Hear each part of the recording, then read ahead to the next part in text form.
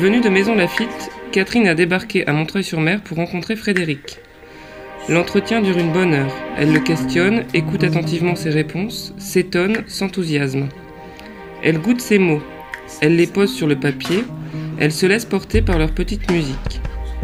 Frédéric, le photographe, le regardeur, passe à la moulinette. Bientôt, il sera portraituré. Catherine est écrivain conseil. Le patrimoine, tout à l'heure, quand quelque chose est classé au patrimoine, il y a toujours un recul. On a besoin d'un recul pour apprécier un geste architectural ou un très beau geste technique. On a besoin d'un certain recul.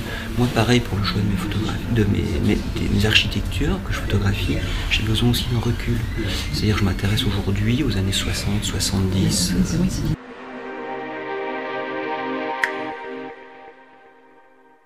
Comme Catherine, pendant 5 jours, Edith, Florence, Michel, Serge et Véronique ont interviewé 15 Montreuillois qui rayonnent sur le territoire et souvent bien au-delà. 15 personnalités engagées dans la culture, le sport, l'art, la recherche, le commerce, la solidarité et l'agriculture. 15 figures montreuilloises dynamiques et attachantes.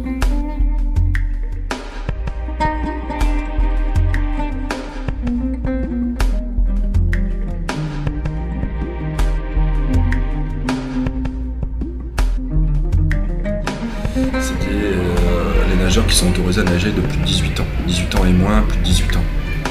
Après les catégories au-dessus, au-dessus à 24 ans, de 24 à maintenant, je nage dans des catégories on appelle ça master, et c'est que pour les nageurs de plus de 25 ans. D'accord.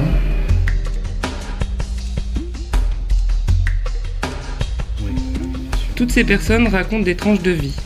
Elles accordent leur confiance à leurs confidents auxquels elles se livrent pleinement. La résidence des écrivains conseils commence. Il y en a plusieurs de spectacles. Il y a le théâtre, mais le théâtre, bon, c'était plus... au niveau organisation, c'était une soirée cabaret.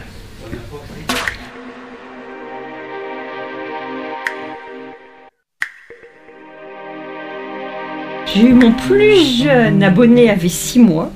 Oui. Malheureusement, maintenant, il a déménagé. Mais je reçois encore du courrier. Ah, c'est beau. J'en ai un autre, j'en ai un autre qui est venu, il avait peut-être 1 an et qui est... Alors ces enfants-là ont un repère dans la bibliothèque extraordinaire.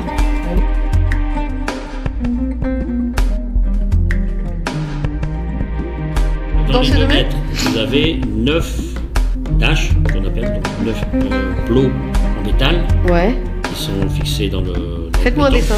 Donc, dans ce carré de 2 mètres sur 2, vous avez 9 plots, on va pas dire tâches, on va dire plots, enfin nous on appelle ça tâches, qui sont soit bombés, soit plates. Je trouve que l'esprit a changé parce que par exemple nous, à une époque, on se permettait de fermer quand on voulait.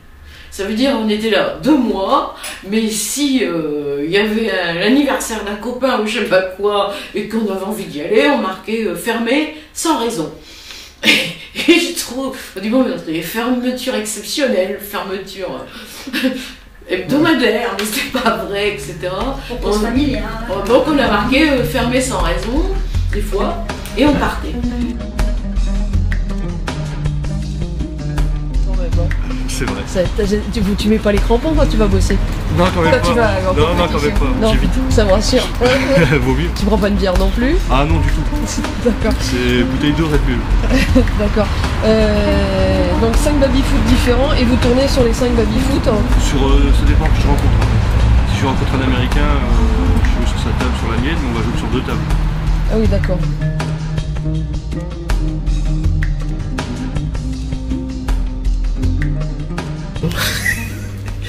Parce que bon, il faut savoir que parmi les héritiers, il y avait quelquefois, on trouve quelquefois des vases cassés et puis légèrement restaurés. On a eu par exemple dans une tombe un vase qui avait été... L'écrivain conseil, c'est l'écrivain public revu et corrigé. Celui dont le métier a surgi de nulle part depuis une quinzaine d'années. On a vu d'abord des professionnels qui se sont mis à écrire des récits de vie et des discours. Tout cela a fait exploser tous les clichés associés à l'écrivain public, comme celui du vieux monsieur qui gratte une feuille avec une plume d'oie. En clair, l'écrivain conseil est un professionnel de la communication écrite, qui rédige sur commande pour des clients qui savent eux aussi jongler avec l'écriture, mais qui ont besoin soit d'un accompagnement, soit d'un service plus complet. On se situe alors davantage sur le terrain de l'écoute, de la commande et d'un type d'écriture spécifique et personnalisé. Ce que l'on pourrait appeler l'écriture à façon, comme il existait autrefois l'imprimerie à façon. L'appellation est née en 2002 avec la création du groupement des écrivains conseils, le GREC, qui, depuis, organise chaque année son congrès national pour structurer le métier et pour le faire connaître. Cette année, à Montreuil-sur-Mer, le forum est accompagné d'un festival d'écriture dont le point de départ aura été cette résidence. Une résidence pour donner naissance à une exposition et à un journal. Depuis leur rencontre avec les Montreuillois, les 6 techniciens de l'écrit ont travaillé en équipe et individuellement. Les textes ont ensuite été lus, relus, corrigés, discutés et revus. Le musée Rodière, lui, a pris le relais de l'équipe du GREC pour façonner les 15 kakémonos de l'exposition. Grâce à ce travail d'équipe, les figures montreuilloises d'aujourd'hui peuvent faire leur entrée au musée. Leurs confidents d'un jour, eux, sont déjà en quête de nouveaux horizons.